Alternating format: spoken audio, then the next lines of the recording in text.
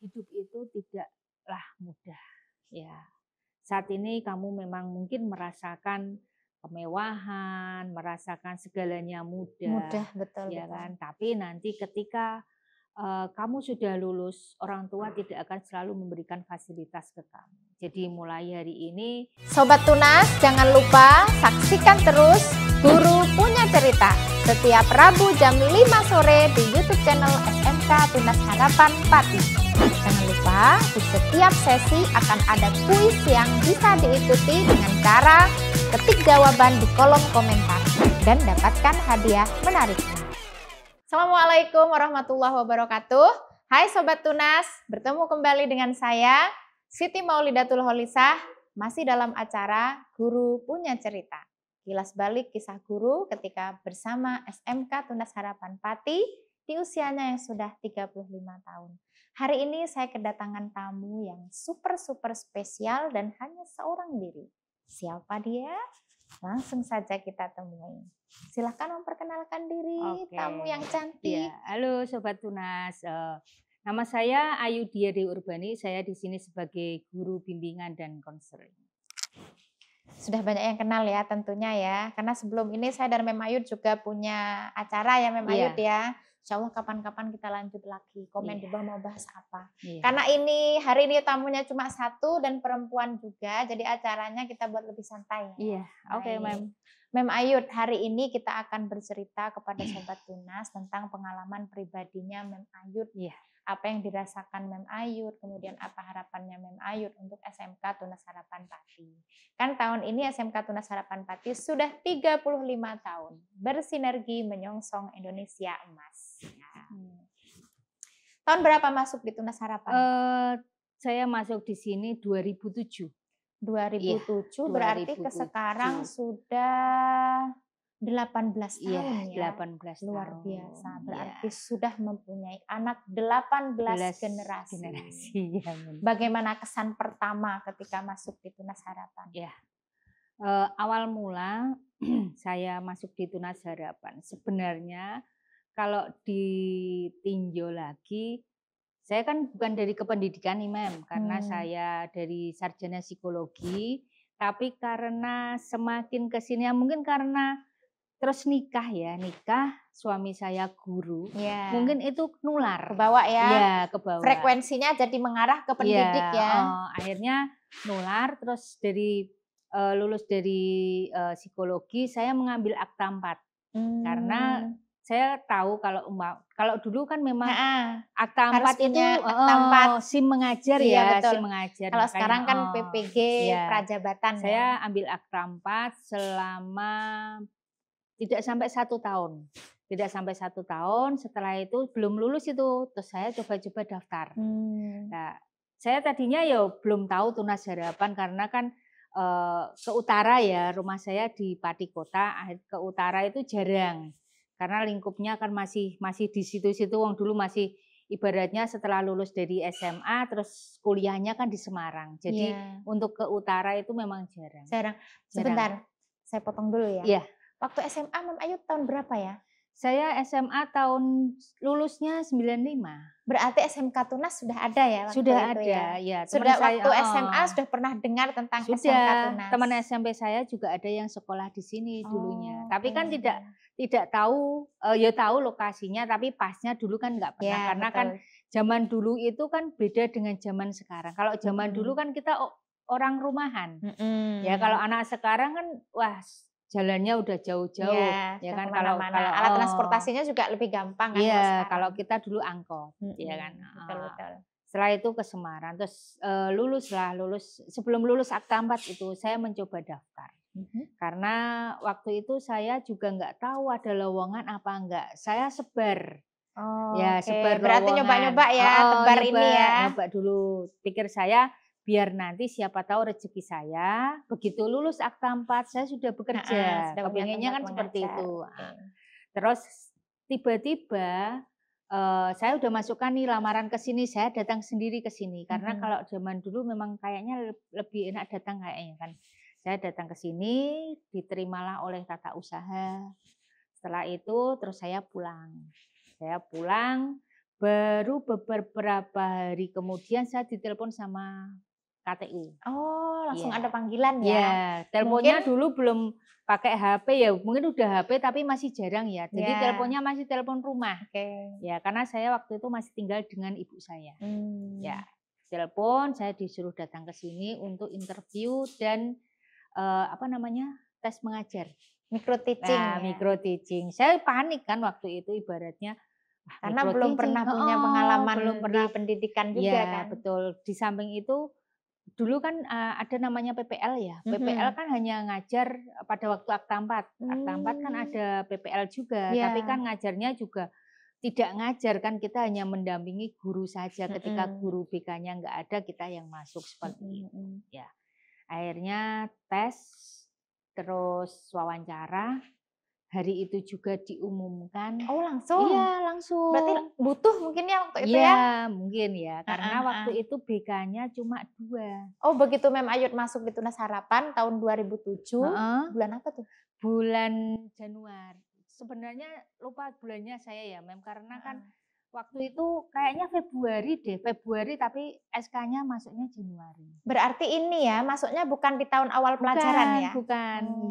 Bukan di awal pelajaran. Kayaknya Februari tapi diundur jadi 1 Januari. Ya. Waktu itu masih ada guru BK siapa di Tunas Harapan? Waktu itu guru BK-nya Pak Hartono dan Pak Joko. Pak Joko Siswanto. Oh, Pak Joko Siswanto sudah di sini berarti. Sudah duluan Pak Joko Siswanto daripada saya. Okay. Jadi cuma 2 itu guru BK-nya. Terus saya masuk. Begitu tadi ya dari langsung diterima, langsung disuruh kerja. Oh. Iya. Langsung disuruh kerja. Waktu itu sih begitu dites, diumumkan dan langsung hari kerja, itu langsung kerja di hari yang sama. Iya, luar betul. biasa. Iya. Terus setelah itu kan dikatanya untuk penyesuaian dulu, akhirnya kan tetap penyesuaian. Waktu itu kan tidak ada jam mengajar. BK waktu itu tidak masuk kelas. Oh gitu, iya. Pas pertama kali Mem Ayud masuk itu? Iya. Itu memang untuk semua BK, apa karena Mem Ayud baru? Semua BK. Oh gitu. Iya, semua BK, jadi hanya penanganan siswa saja. Sampai berapa tahun kayak gitu Mem Ayud? Sampai, nggak lama sih, nggak sampai 1 tahun. Terus ada jam BK 1 minggu 1 jam. Oke. Iya. Sekarang tadi pengalaman atau kisahnya Mem Ayud ketika pertama kali memasukkan lamaran di Tunas Harapan, kemudian dites dan di hari yang sama juga langsung bekerja gitu. Iya. Kalau sekarang nih pertama kali menangani anak yang pol banget pertama, masih inget nggak? Iya, karena waktu itu saya langsung diserahi tugas mengajar di kelas 3 seluruh jurusan. Semua kelas 3 seluruh jurusan. Ya, semua kelas 3. Sudah ada berapa jurusan waktu itu? Waktu itu 5 kayaknya ya. 5 jurusan ya. Berarti kan yang jurusan. Awal itu ada auto, ada mesin, ada listrik, TKJ. Ada las mungkin ya? Las itu pecahan dari mesin. Oh, tapi waktu Mem Ayud masuk? Ada. Sudah ya? Sudah. Berarti 5 itu termasuk las ya? Sama kan kalau las TKJ. Kan dulu dari mulai kelas 2. Kelas 1-nya mesin semua. Oh gitu dulunya. Iya, terus setelah naik ke kelas 2 itu kan ada pemilihan jurusan.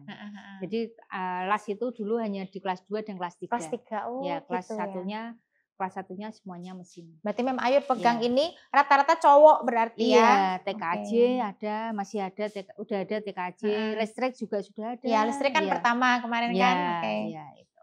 Rata-rata cowok, hanya sedikit cewek. Iya. Kasus pertama. Biasanya kan kalau guru BK kan memang kasus ya yang ditangani ya. Yeah. Kasus pertama nih yang ditangani, yang mungkin paling langsung, wah kok kayak gini ya gitu.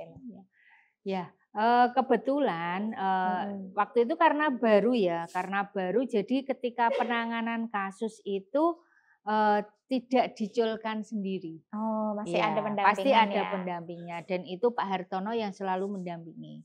Pak Hartono, jadi home visit juga waktu itu sama Pak Hartono. Waktu itu Pak Hartono sudah jadi wakasiswaan belum? Belum. Oh belum, berarti beliau memang konselingnya di bimbingan konseling ya waktu itu. Okay. Jadi Pak Hartono belum menjadi wakasiswaan, masih koordinator BK waktu itu. Jadi kemana-mana home visit dengan beliau. Jadi saya hanya mendampingi saja, tapi permasalahan yang selama ini waktu itu ya, baru-baru itu ya, biasalah perkelahian. Berkelahian karena cowok ya. Itu. Dia berkelahi dengan temannya sekolah. Iya. terus kasus ini hamil di luar nikah tuh. Jadi waktu itu kan saya masuk ke sini kan belum punya anak. Sudah Tapi nikah, sudah berkeluarga. ya sudah menikah tapi belum punya anak. Jadi kan masih melihat orang hamil itu masih awam. Gitu ya. Iya. Kaget nggak waktu pertama kali ketika menjadi guru BK, terus menjadi guru BK langsung di anak-anak yang sudah beranjak dewasa ya. Iya. Problematika remaja itu kan banyak sekali. Kaget nggak waktu itu? Iya, kaget juga. Ternyata ya kembali lagi kok zamanku mbiyen orang ini ya, kan gitu kan. Zaman Akhirnya sekolah ya. akhirnya kan memang ya namanya guru tuh harus belajar dan kita tidak boleh menyamakan dengan masa kita. Seperti itu. Jadi makanya ketika ada permasalahan itu kita ternyata permasalahan anak sekarang seperti ini. Lama-lama kan kita akan terbiasa dengan permasalahan itu dan penyelesaiannya juga akan lebih apa ya namanya, lebih enak lah gitu, tanpa ada ketika kita ngomelin lah, katakanlah anak itu jadi anak itu biar tidak merasa sakit hati. Ada pendekatan-pendekatan gitu ya. Iya. Mem Ayu, kalau dari 2007 sampai sekarang 2025, kira-kira di tahun manakah yang Mem Ayu merasa wah ini kok kayaknya crowded banget gitu loh, banyak banget masalah ini. Iya. Tahun berapa kira-kira yang kayak gitu? Menurut saya ya, mungkin beda dengan guru-guru yang lain. Iya, pengalaman menurut saya yang paling mawas itu adalah tahun-tahun sekarang. Sekarang malah ya, baru-baru ini ya. Kalau tahun-tahun dulu, zaman-zaman dulu itu anak itu benar anaknya besar-besar. Tapi secara fisik mereka lebih ini ya. Secara fisik mereka lebih besar. Tapi mereka benar-benar takut dengan tata tertib. Jadi mereka kalau di dalam itu ya baik-baik saja. Kalau sudah di luar kan, kalau dulu itu kan jarang banget yang namanya tawuran ada, tapi kan dulu sekali. Tapi setelah saya masuk ya namanya tawuran, yang namanya ya kenakalan remaja kayak gitu, itu jarang banget. Sudah jarang ya, di 2007 itu ya. Ya mungkin ada, tapi karena pandainya mereka menutupi ya kita nggak tahu, karena tidak sampai ke sekolah, tidak terendus gitu ya. Tidak sampai ke sekolah, akhirnya kan sekolah juga tidak bertindak apapun gitu kan. Tapi kalau untuk tahun-tahun ini memang saya rasa anak-anak sekarang ini kurang kuat, baik secara fisik maupun secara mental. Oh gitu ya. Iya, mereka kurang kuat. Dan orang tua juga mendukung. Mendukung untuk apa ini? Contohnya anak izin sakit. Sebenarnya anak itu tidak sakit, ya kan? Tapi orang tua, Bu, saya sakit kan ngomong gitu. Akhirnya diizinkan tanpa memaksa, dicoba dulu masuk gini-gini enggak. Jadi orang tua lebih cenderung ini mengikuti anak. Kalau yang sekarang ya, anak. Iya. Kalau bedanya dengan dulu lah. Kalau zaman dulu, meskipun orang tua zaman dulu. Kalau orang tua zaman dulu itu gini, ketika anaknya itu mau izin. Kalau dulu kan ini prosentasenya lebih besar sih ya. Kalau sekarang kan 5 kali keluar ya, 6, lebih dari 5 keluar. Kalau dulu bisa sampai 11. Oh, sampai tahun berapa itu? Sampai pergantian kesiswaan. Ya, itu dulu memang ada kelonggaran banyak karena tapi tidak banyak anak-anak yang melampaui batas itu. Gitu. Semakin banyak presentasenya, tapi anak tidak menggunakan kesempatan gitu ya. Tapi kalau sekarang kan anak lebih senang menggunakan. Karena dia sudah punya sudah tahu jatahku 5. Seperti itu kan. Nah, sebisa mungkin saya gunakan, kan kadang seperti itu, memanfaatkan meskipun dia itu dari rumah berangkat, tapi tidak sampai ke sekolah dengan menggunakan surat izin tersebut, seperti itu.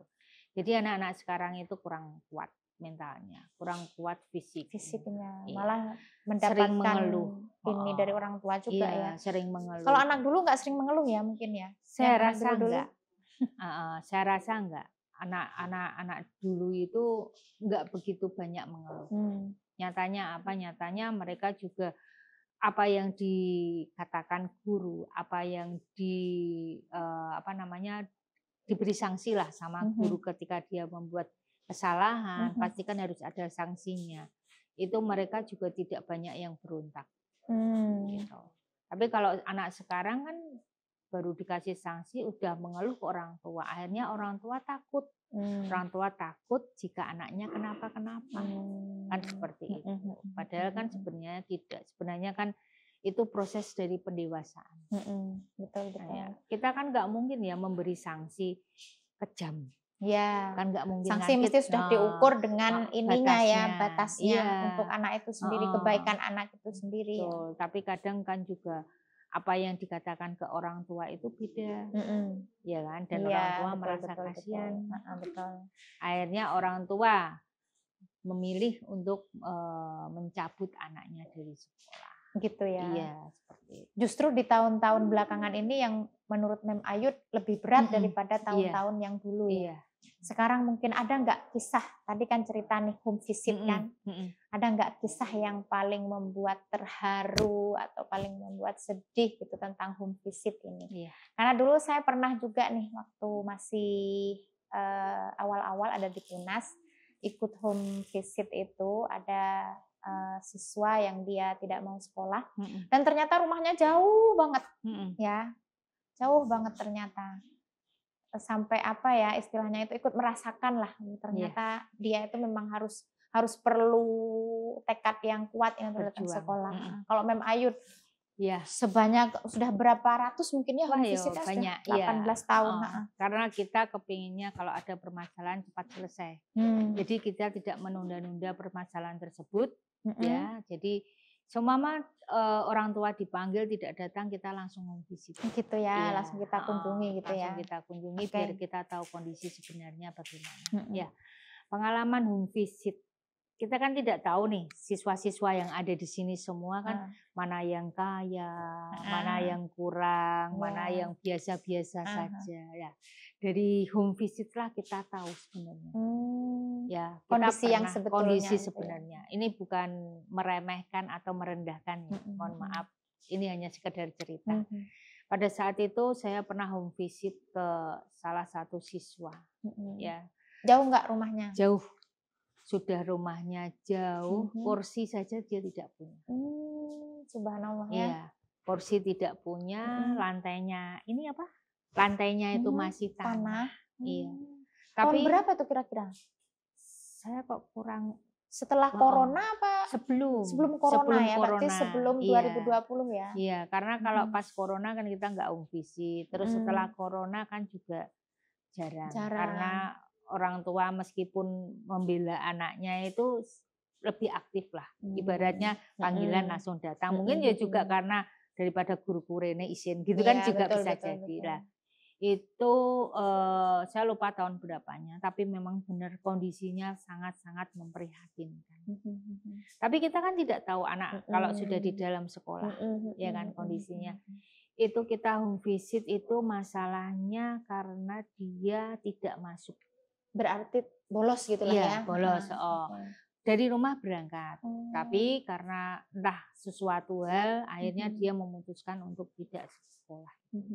Ya karena dia mikirnya kalau saya sekolah terus, saya kasihan orang tua saya, menambah beban. Jadi dia berusaha bagaimana caranya biar dia dikeluarkan dari sekolah. Oh, memang karena dia nggak pengen nambah beban? Iya. Jadi terus karena kan kita bikin inilah ya, bikin trik gitu ya.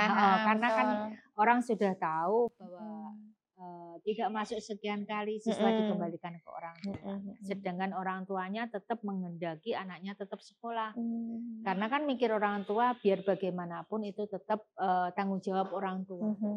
Siapa tahu nanti bisa mengangkat derajat orang tua. Iya. Kan seperti itu. Tapi anak berpikiran lain, dia kepengen putus sekolah, pengen bekerja, kepengen ganti menghidupi kehidupan keluarga. Karena melihat kondisinya seperti itu. Itu yang paling membuat saya kalau tidak menjadi guru, mana bisa saya home visit seperti ini. Betul. Dan akhirnya gimana tuh anak? Akhirnya tetap bersekolah. Karena atas sekarang berarti sudah lulus ya? Sudah lulus. Mungkin sudah bekerja di mana ya? Kan cita-citanya memang dia tuh kepengen ke luar negeri. Seperti itu. Tapi entah jadi ke luar negeri, entah enggak saya kok kurang ini. Akhirnya kan Ya setelah lulus ya sudah tidak ada komunikasi. Tapi memang, masih lanjut ya? Iya, orang tuanya itu di situ ada mbahnya juga.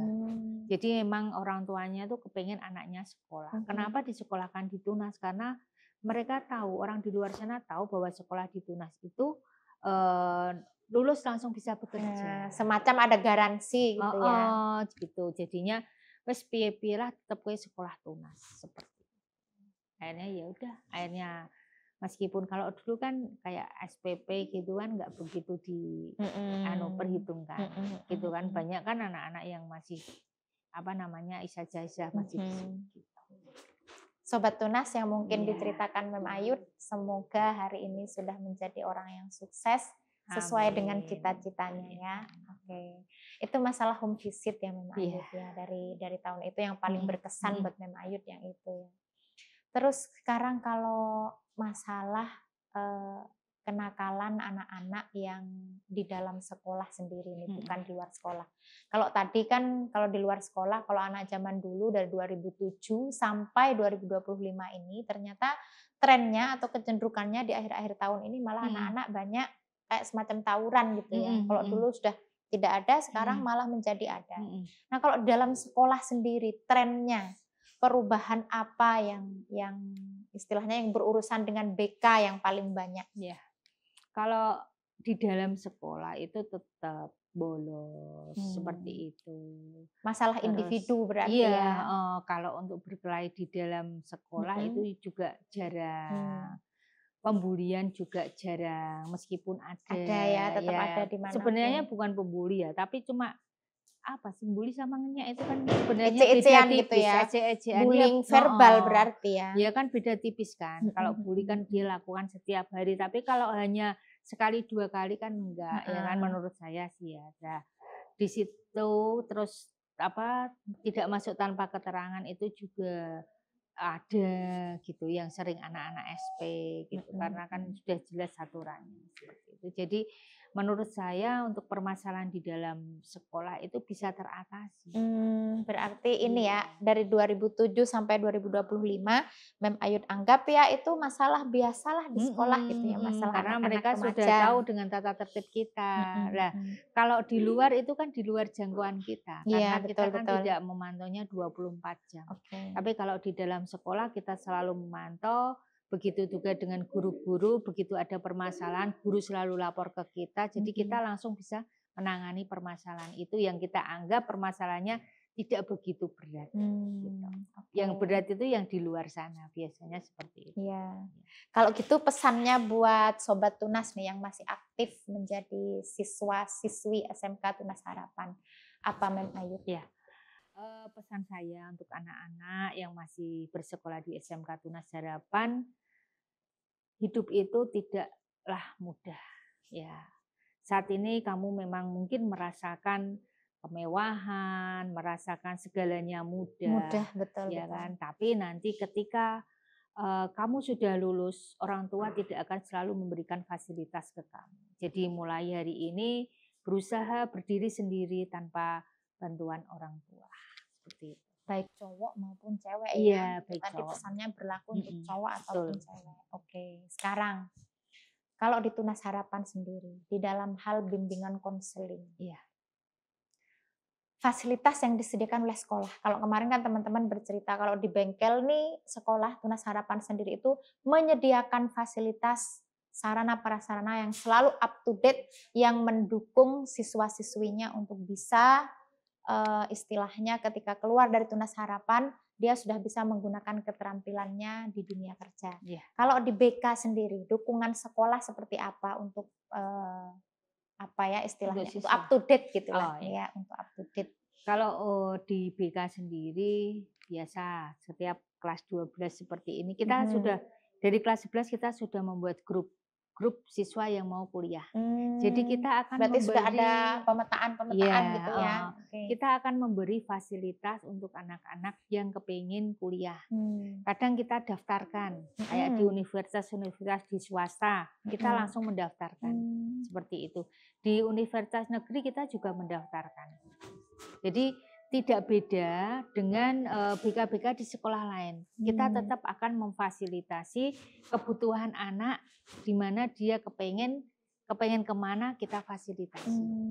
Gitu. Dan kita juga selalu memberi perhatian khusus buat anak-anak yang dalam tanda petik ya kan dia bermasalah. Dari kelas 10 kita selalu memberi perhatian, kita selalu bukan membedakan tapi kita memberikan perhatian lebih agar mereka itu bisa lulus dari Tunas Harapan. Berarti tetap ada ini ya, artinya SMK Tunas tetap mengupayakan yang terbaik untuk semua siswa dengan berbagai karakter agar bisa lulus dari Tunas Harapan mencapai cita-citanya. Betul. Ya. Sekarang Mem Ayu di 35 tahun Tunas Harapan. Menurut Mem Ayu, apa yang berubah dari Tunas Harapan? Yang berubah dari kalau tadi kan dari Tunas siswanya Harapan, ya. Kalau sekarang dari Tunas Harapannya apa yang berubah? Ya. Kalau dari Tunas Harapannya, ini bukan masalah gedung apa-apa ya. Kalau gedung memang jelas berubah. Karena sejak dari saya masuk sampai hari ini pembangunan tidak pernah berhenti. Itu pasti. Pembangunan berkelanjutan. Iya, pembangunan berkelanjutan, ini pembangunan tidak pernah berubah. Tapi yang lainnya untuk berkembang dari pihak manajemen mungkin juga lebih memperhatikan kita gitu ya, bukan berarti dulu tidak memperhatikan ya, tetapi secara pelayanan terhadap yang ada di dalam itu lebih baik ya, lebih kalau Mem Ayu rasakan ya. Seperti memberi fasilitas untuk kita agar meraih karir, ibaratnya bukan karir seperti karir di luar sana tidak, tapi untuk peningkatan kompetensi gitu ya. Kompetensi untuk guru-guru yang ada di sini. Ya baguslah manajemen untuk saat ini. Oke, baik. Terima kasih Mem Ayu untuk ceritanya. Lain kali kita sambung lagi dengan cerita-cerita yang mengarah kepada psikologi siswa, karena sepertinya ini tambah hari tambah semakin banyak masalah-masalah yang tentunya perlu diberikan pencerahan. Sekarang kita sampai di sesi akhir Guru Punya Cerita. Silahkan Mem Ayu memberikan pesan, memberikan kesan, dan memberikan harapan untuk 35 tahun SMK Tunas Harapan Pati. Kalau ada pantun mungkin atau ada puisi bisa dibacakan. Silahkan Mem Ayu. Oke. Pesannya semoga semakin maju, semakin jaya, semakin mengayomi kita sebagai guru. Kesannya ya biar bagaimanapun juga saya tidak, insya Allah tetap di sini. Sudah memantapkan hati ya. Tetap di sini untuk ikut mendidik siswa-siswi yang ada di sini. Amin. Itu saja. Ada pantun nggak?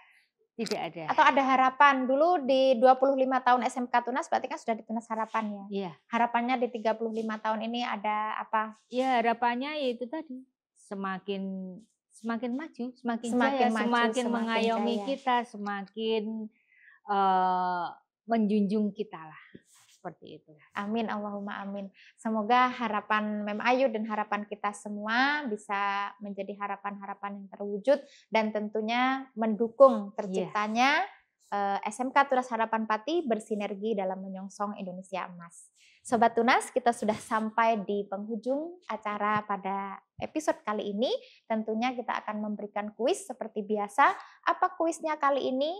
Cukup sederhana pertanyaannya.